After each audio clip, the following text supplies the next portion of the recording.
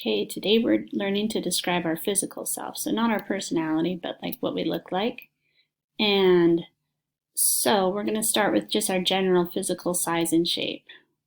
If I was describing myself, I would say, soy baja, soy más o menos flaca, no soy muy fuerte, no soy muy débil, no soy débil.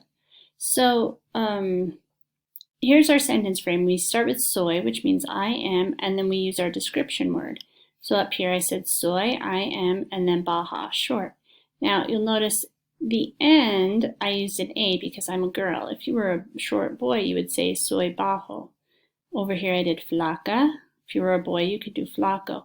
Now fuerte and débil, they don't end in an A or an O, and so we just leave them like that.